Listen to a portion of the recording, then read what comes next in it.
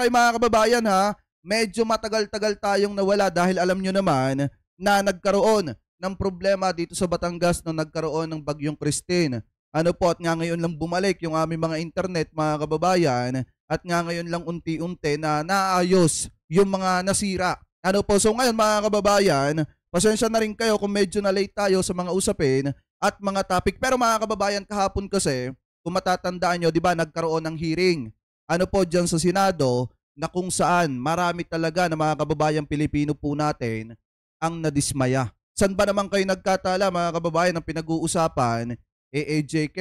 Ang pinag-uusapan po mga kababayan yung patungkol sa pagpaslang sa mga kababayan natin Pilipino nung panahon ng Duterte administration. Tapos yung mga tao doon, ginagawa pang katatawanan mga kababayan yung mga bagay-bagay na makakahalagang usapin. So ngayon mga kababayan, isa lang din yung tumatak sa publiko nung nahiring na yung drug war mga kababayan dyan po sa Senado. Yung lantarang pag-amay ni Duterte mga kababayan dun po sa Davao Death Squad. Ibig sabihin, totoo nga yun mga kababayan, at yung tao na pilit tumatanggi ng mga nakaraang araw mismong idinawit at ipinahamak nitong si Duterte. So ngayon mga kababayan, bago tayo pumunta sa main topic natin, pakinggan muna natin etong paghuhugas kamay nitong si Bato de la Rosa sa pangyayari na kung saan mga kababayan, di ba nung panahon na nakikipaglaban sila sa drug war, may isang bata na mataas yung pangarap at gustong maging pulis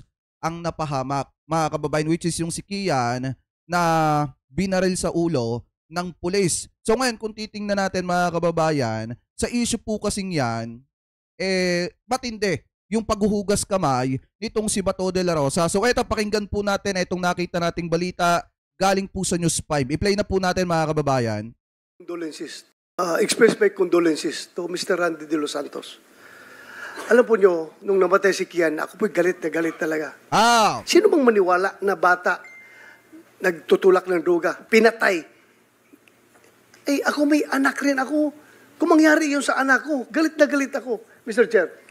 Kaya ako, I tried my best talaga na yung kaso na yan, kasi bata binaril. So kailangan managot talagang gumawa niyan.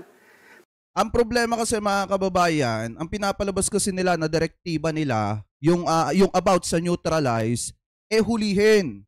Hulihin daw yung mga drug alleged mga kababayan or yung mga tao na di umano'y sangkot sa ipinagbabawal na bato at ikulong. Pero ang tanong kasi dyan mga kababayan, kapag kaya tinanong yung mga pulis na na-dismiss, yung mga pulis mga kababayan na di umano'y kumitil ng buhay ng mga kababayan natin Pilipino nang hindi dumadaan sa due process mga kababayan, kapag kaya tinanong sila kung ano yung ibig sabihin ng neutralize, ganun din kaya ang sasabihin nila mga kababayan, katulad ng mga pinagsasasabi nitong sina Bato de la Rosa. Kasi mga kababayan, ang iginigiit kasi nila dito sa hearing na ito, yun daw ibig sabihin ng neutralize, ikulong yung mga kriminal, ikulong yung mga tao mga kababayan na allege or di umano nasasangkot sa ipinagbabawal na bato at hindi daw po patayin. Pero kapag kaya tinanong yung mga kapulisan na natanggal sa serbisyo, ganun din kaya ang isasagot nila. Kasi kung titingnan po natin, nung panahon ng Duterte administration mga kababayan, iba yung pagkakaunawa ng ating mga kapulisan. Kaya nga marami mga pulis mga kababayan ang biktima ng pagkakataon ng mga panahon na yon. Dahil nga nagkaroon ng reward system, nagkaroon ng kota-kota system mga kababayan, at kapag ka hindi mo ginawa yung trabaho mo, may kalalagyan ang posisyon mo bilang isang pulis. Ano po, so ngayon ipagpatuloy pa natin. Pero meron akong nasabi, if I can fully remember, sinabi ko, nung tinanong ko yung mga nakabaril kay Kian, sir, ang explanation na sa akin, kaya nangyari yun, sir, dahil yung meron kaming nahuli na po, sir, na isa dyan sa Caloocan, at itinuro yung isang babae na tumboy na pinanggalingan ng kanyang droga. Tapos, ang sabi nung poser na nahuli namin, sir, yung droga nung tumboy na yan, masyadong madiskarte, hindi siya nagbibigay direkta sa amin ng supply. Dinadaan doon sa tindahan ni Kian, kung saan si Kian nagbabantay, iniiwan doon at pinipick up lang. Si Kian wala namang alam doon sa droga kung droga yun. Basta iiwan lang doon. Kung si Kian nagbabantay ng tindahan, iniiwan sa tindahan, Doon pinipick up namin yung druga galing sa yung suspect na puser na tumboy. Kaya sir, nadamay si Kian. Sabi ko, bakit nyo binaril? Wala, hindi na masagot. Hindi na masagot. Pero actually sir, doon talaga sa Hindi kasi nga ang direktiba mga kababayan, ito tandaan natin to mga kababayan ha, ang direktiba kasi nung panahon na yon, kailangan yung mga drug alleged mga kababayan, bawian ng buhay tapos ang palalabasin ng laban. Kaso nga lang ang problema, nang hindi kasi nila masagot ng ayos dito, paano yung mga inosente na nadamay. Nung panahon, mga kababayan, na nakikipaglaban po sila or nagsasagawa sila na madugong pakikipaglaban sa ipinagbabawal na bato. Kasi unang-una, ang tinutukoy lang kasi nilang malimit dito, sa totoo lang mga kababayan, dito sa hearing na ito sa Senado, ay yung mga kriminal. Nahalang yung bituka mga kababayan, yun lang yung tinutukoy nila dito. Ang punto kasi dito, una dapat idaan sa due process, pangalawa mga kababayan, meron tayong batas. Pangatlo, meron naman may sinusunod tayo na due process mga kababayan. At pang-apat, paano yung mga inosenteng nadamay? Yun po kasi mga kababayan ang dapat nabibigyan ng diin dito po sa hearing na ito na hindi nabigyan ng diin dahil nga hinayaan nila na magkaroon ng grandstanding etong si Duterte at etong si Bato de la Rosa na makapagsalita. Kaya nga maraming nadismaya na mga kababayan po nating Pilipino. At ngayon, tingnan nyo etong si Bato de la Rosa. Ang ginagawa dito mga kababayan, naguhugas kamay na. Ano po na kunyari mga kababayan may malasakit dun sa mga nabiktima. Ano po ngayon ipagpatuloy pa natin? tindahan ni Kian namin kinukuha. And ako'y nagtataka, bakit did I mention the name of a certain Randy De Los Santos as involved in drugs? Ang alam ko noon, nabanggit ko during one of my interviews, na yung sabi ng pulis, nakalookan, na ngayon nakakulong, sir, yung tatay ni Kian mismo, sir, tingnan mo yung mukha. Nauubos na yung ngipin, nauubos na yung gums sa kakagamit ng droga. User yung tatay. Kaya ang tanong ko nga, bakit hindi ang tatay pumunta dito? Bakit yung uncle ang nagreklamo? Ayan. Mga kababayan kaya kung titingnan natin, wala namang pinuntahan. Sa totoo lang mga kababayan, yung nangyaring hearing sa Senado, wala talagang pinuntahan. Parang ang nangyari lang, malimit kung mabasa ng mga komento ng mga kababayan natin, parang show lang ng SMNI yung mismong platform ng Senado. Kasi nga unang-una, napakahina mga kababayan ni Senator Coco Pimentel. Humawak ng hearing mga kababayan. Dapat nga kung tutuusin, kung senador pa, etong si former Senator Trillanes, mas maganda kung siya yung naandu doon at nakafront at nangunguna dun sa pag-usig mga kababayan dito kay Duterte, sa pagtatanong dito kay Digong. Kaso nga lang ang problema, medyo mahina mga kababayan si Senator Coco Pimentel at ginawa nilang yung sa Senado mismo, yung pinag-uusapan ay paglabag sa karapatang pantao pero nagmukhang katawa-tawa.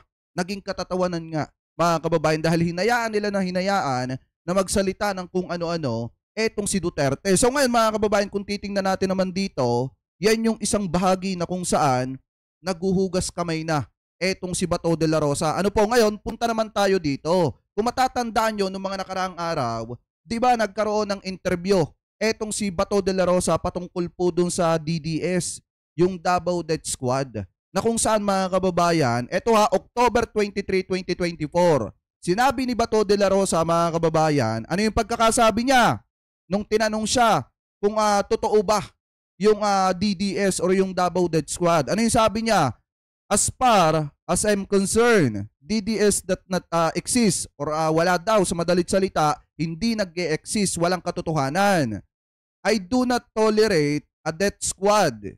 If I never quote one, I will file a case against the person. Yan yung sabi ni Bato de la Rosa, October 23, 2024.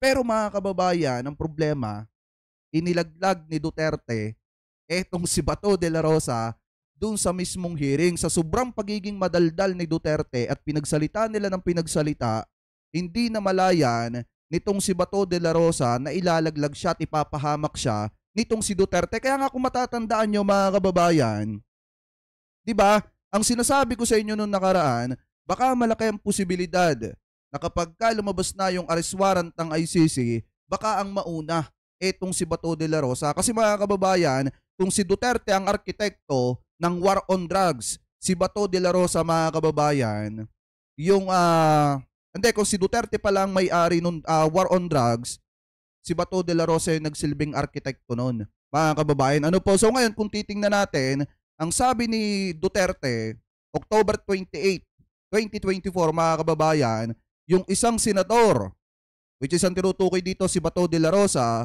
si Senator Bato de la Rosa, death squad din yan. Ibig sabihin, commander din daw, mga kababayan, ng death squad. So ngayon, eto yung pinaka-video niyan. Pakinggan natin, mga kababayan.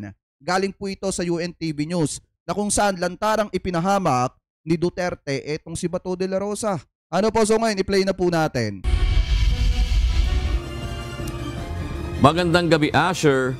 Tinukoy ba ni dating Pangulong Duterte kung sino-sino yung mga member ng death squad? Sabi dito, Nilo, ano yan? Sabi ni Nilo Anseboy, walang kwentang hearings. Walang kwenta talaga. Bakit, mga kababayan? Saan ka ba naman nagkatalang hearing? Pagka normal na taong iniimbitahan at ginagawang resource person, kita nyo naman yung pagtrato, mga kababayan. Pero kapag si Duterte ang iniimbitahan, yung mga senador na nagtatanong, namumupo pa. Saan ka nagkatalang ganun? Diba dapat pantay-pantay? Kahit pasabihin na naging presidente ka dati, kahit pasabihin na naging senador ka dati, dapat pantay-pantay yung pagtrato sa mga resource person. Ang problema, mga kababayan, paano magkakaroon ng magandang hearing? Hindi naman sa sinisiraan natin ng Senado. Sinasabi lang natin yung opinion natin. Paano magkakaroon ng magandang hearing kung yung mga nagtatanong doon nagdadalawang isip magtanong? Bakit? Dahil kita nyo naman, kahit hindi ko naman sabihin na takot, alam ko, mga kababayan, na nakita ninyo doon sa hearing na yung mga nagtatanong malalambot. Pwera na lamang kay Senator Risa Hontiveros. Yung iba nga tumatawa pa. Saan ka ba naman nagkatala? Diba, mga kababayan, kung yan ay sa Quadcom, kung talaga na masasagot ni Duterte yung mga itinatanong sa kanya, bakit hindi siya umattend sa Quadcom? Dapat doon siya umattend. Mga kababayan, ano po ngayon, ipagpatuloy pa natin. At kinumpirma niya rin ba ang sinasabing reward system sa mga war on drugs? Sabi dito ni Ma'am Lolita Apostol, si Risa Hontiveros lang ang malakas at nagtatanggol sa biktima ng war on drugs. Sayang nga kung senador ngayon, si former Senator Trillanes, at siya yung nasa posisyon ni Coco Pimentel. Ewan ko lang, mga kababayan, kung hindi magisa yang si Digong. Ang problema, hinayaan nila na magsalita si Digong. Yung ibang senador namumupo pa. Yung iba pang senador binabastos pa si Senator si former Senator Laila de Lima. Mga kababayan, saan ka nagkatalang ganun? May ganun bang klase ng hearing na yung resource person, mga kababayan, mababastos doon? Tapos yung mismong nangunguna doon sa komite, wala namang pakialam. Kaya nga kung titingnan natin, mga kababayan, bumagsak ang respeto ng mga kababayan natin Pilipino sa Senado. Ano po, dahil unang-una, dun sa pagtatanong, si Senator Risa Hontiveros lang talaga yung nakita natin na talagang matigas na magtanong kay Duterte. Ano po, so ngayon ipagpatuloy pa natin. John, kinumpirma lang ni dating Pangulong Rodrigo Duterte na ang umano'y mga death squad na niya ay mga gangster lang at hindi ito yung mga pulis na dumalo dito sa pagdinig ng Senado kaugnay nga sa War on Drugs campaign. Itinanggi rin ng former president ang sinasabing reward system sa kampanya kontra illegal na droga.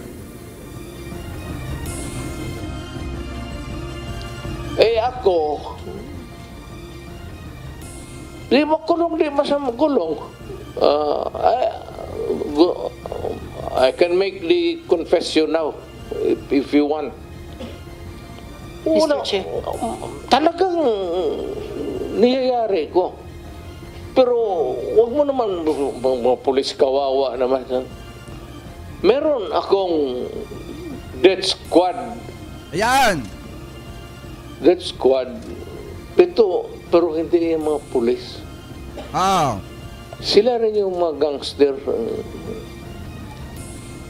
Yung isang Mr. gangster, utusan ko. Patayin mo yan, kaya kung hindi mo patayin yan, patayin kita ngayon. Ayan, tingnan nyo, mga kababayan, si Duterte lantarang umaamin dyan na talagang nung panahon mga kababayan na siya po ay nasa kapangyarihan pa, talagang nagpapatumba siya ng mga tao. Eh di ba yan nga yung isa sa mga sagot na hinahanap ngayon ng taong bayan. Di ba mga kababayan, yan nga yung isa sa mga sagot na talagang tinututukan ng ICC. Kaya nga nagkakaroon ng investigasyon ngayon. Eh ngayon, lantaran ng inaamin nitong si Duterte mga kababayan, yung patungkol sa mga pagpatay. Di ba ipagpatuloy pa natin? Tinawag din ng dating Pangulong Duterte na death squad ang ilang matataas na opisyal ng Philippine National Police o Yan. PNP na nasa ilalim niya noon. Kabilang na ang nooy PNP Chief at ngayon Senador Ronald Bato de la Rosa. Ngunit nilinaw nito na ito ay sa konteksto lang na bahagi ng kanilang tungkulin kaugnay ng paglaban sa mga kriminal. Paliwanag pa ng former president, hindi siya magpapatawad lalo pa para sa mga biktima ng mga bata at babaeng inaabuso, partikular na ang mga ginagahasa at mga pinapatay. Nagkakaroon naman ng bahagyang girian sa palitan ng usapin sa pagitan ni dating Pangulong Duterte at Senador Risa Ontiveros. Ang kinaklarify ko po ay kanina sinabi nyo na in-encourage nyo ang PNP na i-encourage yung suspect na lumaban Yes. para mapatay, para masabing nanlaban. Correct. Correct. Para Ito to sa very ma-minimize. incorrect. Correct, yes. Very incorrect po, if I may say as a Yan. Okay, tanya, di ba lantaran siyang umaamin? Ano yung tanong dito mga kababayan? Ano yung sinabi ni Duterte? Talagang inuutusan niya, di umano mga kababayan, yung ating mga kapulisan na talagang i-provoke yung mga kriminal mga kababayan na manlaban. Tapos kapag ka napatay yung kriminal mga kababayan, papalabasin nga naman nanlaban. Kaya nga kung titingnan natin mga kababayan, yung ganong klase ng sistema, kung titingnan yung mabuti, unang biktima dyan, yung talagang pinalabas na nanlaban kahit hindi naman nanlaban. Mga kababayan, pangalawa, yung ating mga kapulisan na sumunod lamang sa utos. Yan o, tingnan nyo ha, lantarang inaamin dyan talaga ni Duterte. Mga kababayan, yung kanyang direktiba sa ating mga PNP, sa ating mga law enforcement. Ngayon, ipagpatuloy pa natin. civilian, sa professional police. It depends tayo, on, Mr. Chair. ano na natin yan, ma'am. That's your view, that, ma'am. It's not my view only, Mr. Chair. Thank you for putting it on the record. Pagka-mayor, pagka-prosecutor. Ako, alam ko, dumaan ako, prosecutor, mayor, presidente, alam ko ang trabaho ko. Yes, Yan salamat ang tayo, totoo Mr. dyan. Chair. Hindi ka nagdala ng syudad eh. You never Totoo had po, a Mr. chance Chair. to solve the problem of a community. Pinabulaanan rin ng ex-president ang mga aligasyon ni dating Philippine Charity Sweepstakes Office o PCSO General Manager at retired Police Colonel Royina Garma kaugnay sa reward system. What would be the point of asking? Ay sabi dito, wala na Lods, di na ako loyalist na bago na sa mga nangyayari sa government ni PBBM. Hindi ko naman kayo pinipilit mag-loyalist eh. Hindi ko naman kayo pinipilit. Sa totoo lang na suportahan ng ating gobyerno. Ang sa akin lang kasi mga kababayan, sana mabigyan ng kaliwanagan ng isipan ng mga kababayan Pilipino natin at mapapanagot yung dapat mapanagot. Ganun lang kasimple. Mga kababayan, wala naman ako sinabi ngayon dito na suportahan nyo si PBBM, ang ating gobyerno, dahil nagsasalita dito ngayon si Duterte. Wala man ako sinasabing ganun. Ang sa atin, ang pinag-uusapan natin ngayon, parang ang layo kasi ng isip ni Madam. Parang ang pinag-uusapan natin ngayon, etong naging testimonya ni Duterte na kung saan lantaran siyang umaamin. About lalo dun sa death squad, na kung saan dinawit niya ang pangalan nitong si Bato de la Rosa, partida, naka-take out pa siya. Ano po ngayon, ipagpatuloy pa natin. For a special person. Hanggang ngayon, sir, hindi ko nga mafatong. So sabi ko, well, I don't know, but it's a lie. Or making up stories. I don't know. Dahil sa totoo lang mga kababayan, nasundan lang natin yung sinabi ni Madam, ang pagiging loyalist kasi hindi naman yung ipinipilit. Yan po ay kusa. Kusa po yan. Yung mga totoong Marcos loyalist, tanungin nyo kung pinilit sila. Yan ay kusang sumuporta at nagmahal sa mga Marcoses. Hindi po yan pinipilit at mas lalong hindi yan nababayaran. Ano po, ipagpatuloy pa natin. What she's driving at. o ano ang gusto niyang motibo ipalabas sa at the end of the story. Hamon ng dating Pangulo, kasuhan na lang siya sa korte kung mayroon silang mga ebidensya. Kung lahat man ito, kung totoo, palayan niyo ako ng kaso. May korte. At sinasabi ninyo na bakit ninyo nalaman na matay, na ganun-ganun. So, ibig sabihin may witnesses kayo. O, file the case in court or file the cases in court. Yan, ibig sabihin, inaako niya na yung responsibilidad doon sa mga nangyari. Kung may witnesses, mga kababayan, mag-file na lang daw ng kaso labang kay Duterte. So panahon na talaga para mag-file ng kaso laban po dito kay dating Pangulong Duterte. Kasi sa sinasabi niyang ito, mga kababayan, parang sinasabi niya na sinasalunan niya yung responsibilidad sa mga nangyari dahil sa kanyang direktiba at kanyang pulisiya. Ano po nung panahon na siya pa ang presidente na nag-utos sa ating mga kapulisan na makipaglaban o magsagawa ng madugong pakikipaglaban sa ipinagbabawal na bato. Ano po, so ngayon ipagpatuloy pa natin. June, inaasahan ni Senate Blue Ribbon Committee Subcommittee Chairperson Senador Aquilino Coco Pimentel III na aabot lang ng hanggang alas 4 itong pagdinig ng Senado kaugnay nga sa kampanya kontra illegal na droga sa bansa. Ngunit umabot to ng hanggang alas 6 nga ngayong gabi at umaabot yan ng 8 oras. Kanina ay saglit naman nating nakapanayam habang papalabas si dating Pangulong Rodrigo Duterte at sinabi nito na maaaring ito na nga yung huli niyang pagpunta dito sa Senado at hindi na siya makababalik pa. Yan ang latest dito sa Senado. Balik sa iyo, June. Isang punto lang, Yun nga ang problema eh. Huling punta na nga ni Duterte yun, hindi pa nilubos-lubos yung pagtatanong. Diba? Kumbaga parang nagkaroon lang, mga kababayan, ng meet and greet sa Senado na nagka-discussion lang ng konti, nagkaroon lang ng konting talakayan, pagkatapos nun uwian na. Parang nagkaroon lang ng meeting, mga kababayan, pagkatapos uwian na. Eh kung titingnan natin, mga kababayan, lahat ng mga naitanong kay Duterte sa Senado, lahat pabor sa kanya. Eh kung kasintigas lang sana ang Senado ng Quadcom, eh di baka lahat ng gustong malaman ng taong bayan na ilabas lahat doon at hindi na baby etong si Duterte. Kaso nga lang ang problema, mga kababayan, kaya pumabor kay Duterte yung takbo ng hearing kasi nga yung ibang mga senador natatakot magtanong. Yung isang senador pa nga pinupuri pa etong si Duterte, mga kababayan, palibasa kaalyado. Eh yung iba naman, mga kababayan, saglip na maging professional, putik na mumupo pa kay Duterte pagka nagtatanong. Ano po ngayon, ipagpatuloy pa natin. Asher, kanina may revelation si Colonel Grijaldo na sinasabi niya umano na siya ay pinatawag ng dalawang kongresista, si Congressman Avante at Congressman Fernandez, sa isang kwarto nung nakaraang pagdinig sa Kamara ng House Quadruple Committee na sinasabi na parang kino-coach siya sa kanyang sasabihin para mag-collaborate o corroborate doon sa sinasabi naman ni Colonel Roy Garma. Paano ba ito, Asher?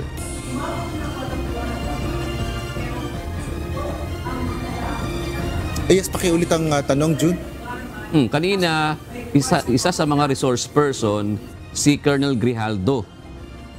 Asher, sinasabi niya, ipinatawag siya ng dalawang kongresista na miyembro ng Quadruple Committee, si Congressman Abante at Congressman Dan Fernandez, na parang umano ay tinuturuan siya kung ano ang sasabihin.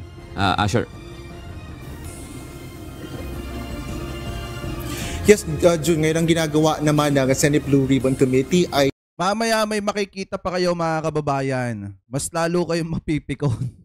kinokolekta itong mga impormasyon na makukuha nila dito sa pagdinig ng Senado. Kagaya nga ng nauna na rin sinasabi nila, bago pa man isagawa itong pagdinig ngayong araw, ay sila ay magsisimula sa blank slate at ibig sabihin niyan ay hindi sila magbabatay doon sa anumang mga impormasyon na maaaring nailabas ng Quadcom. Kaya kung ano man yung makukuha nilang impormasyon ngayon, ayan ay kanilang tatalakayin para sa kanilang committee report at maaari din niyang pag-usapan sa susunod na pagdinig ng Senate Blue Ribbon Committee kaugnay nga sa War on Drugs campaign. June. Ayan mga kababayan eto lantarang inamin dito ni Duterte na talaga mga kababayan, unang-una may sinabi pa nga dyan si Digong, sa totoo lang na wala siyang pakialam dun sa mga kriminal. At nung tinatanong na, nung kainitan na ng discussion, mga kababayan ni Senator Risa Hontiveros at saka ni Duterte, maraming nasabi etong si Duterte na talagang pinatutotohanan niya na kung saan mga kababayan yung patungkol sa mga nanlaban at patungkol sa mga pagpatay. Kaya nga kung titingnan po natin, ang biktima talagang una dyan, yung pinalabas na nanlaban, pangalawa yung ating mga kapulisan. Bakit? Kasi nagamit sila nung panahon ng Duterte administration para sa pangsariling agenda. Kasi unang-una mga kababayan, ang isa kasing pinagtutuunan dapat din ng pansin dito, bakit yung ibang mga drug lord katulad ni Michael Yang na naa-allege mga kababayan, sa pagpapaikot ng bilyon-bilyong halaga ng ipinagbabawal na bato na ngayon ay nagtatago, bakit hindi man lang yon napatawa ng kamay na bakal ni Duterte nung panahon na siya pang presidente? Bakit ang pinunterya lang ay yung mga kababayang Pilipino natin na pobre na katulad po natin at may mga inosente pa na nadamay? Dapat kasi isa yan mga kababayan sa naiidiin sa tanong kahapon diyan po sa Senado. Kaso nga lang ang problema, halos na-focus lahat sa pagiging grandstanding ni Duterte dito sa Senado kasi hinayaan nung ibang mga senador. Mahirap kasi mga kababayan na nag-iisa lang etong si Senator Risa Hontiveros na talagang madiin magtanong dito po kay Duterte. Kung hindi lang kung wala lang etong si Senator Risa Hontiveros, wala talagang pupuntahan na maganda yung hearing diyan po sa Senado.